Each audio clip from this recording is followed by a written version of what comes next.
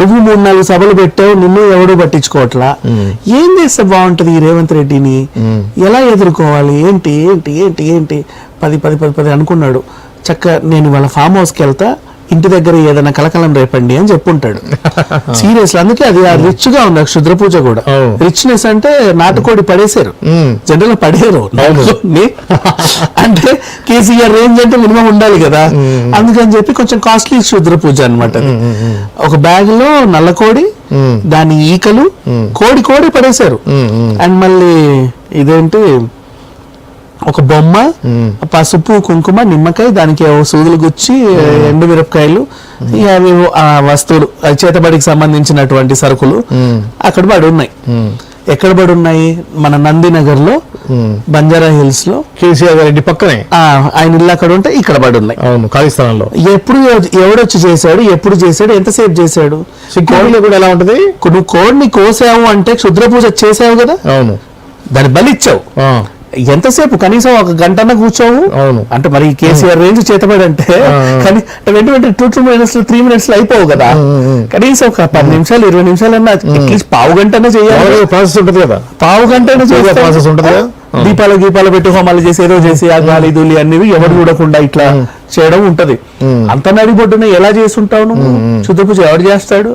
అదే బంజారా హిల్స్ లో అసలు ఏమనాలో తెలియట్లా నిజంగా. అంటే సింపతి డ్రామా. అంటే ఇప్పుడు దీనికి ఈ తెలంగాణ న్యూస్ పేపర్లలోనే వీళ్ళకి సంబంధించి వీళ్ళకి కొంచెం ప్లస్ గా ఉన్న న్యూస్ పేపర్లు కొన్ని ఉన్నాయి. దాంట్లో ఏం రాశారంటే,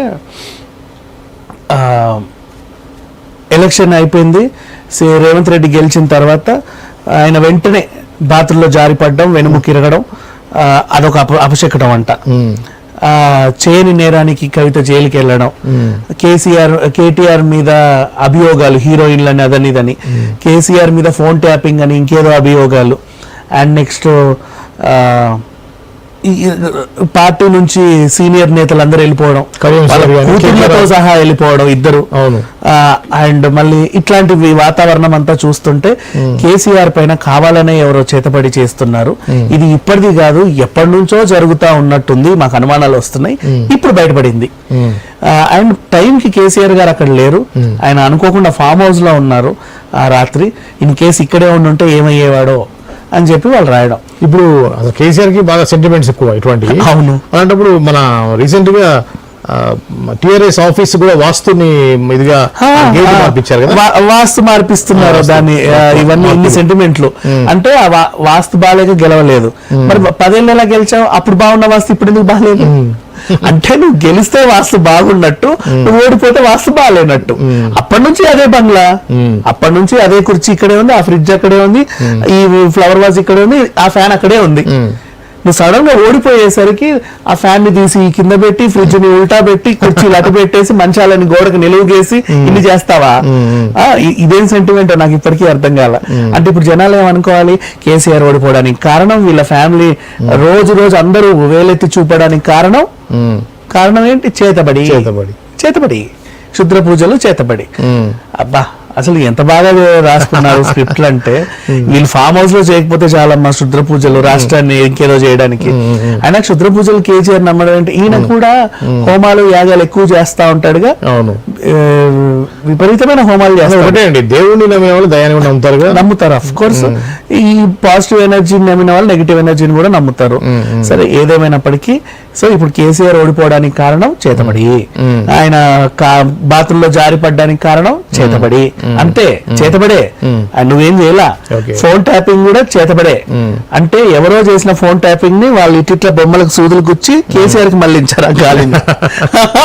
ఎవరో డబ్బులు తీసుకెళ్లి ఎవరికో ఎక్కడో ఇస్తే ఈ చేతబడి చేసి బొమ్మలకి సూదులు గుచ్చి కవిత నిరికించారు. కవిత ఇలా వెళ్ళిపోయింది అనమాట జైలుకి. వాళ్ళు కూడా తీసుకెళ్ళాలి, ఈవిడ వెళ్ళిపోయింది, అలా జైలుకి వెళ్ళిపోయింది నిద్రలో నడుచుకుంటూ. ఇది ఇట్లా వీళ్ళు తెప్పేది.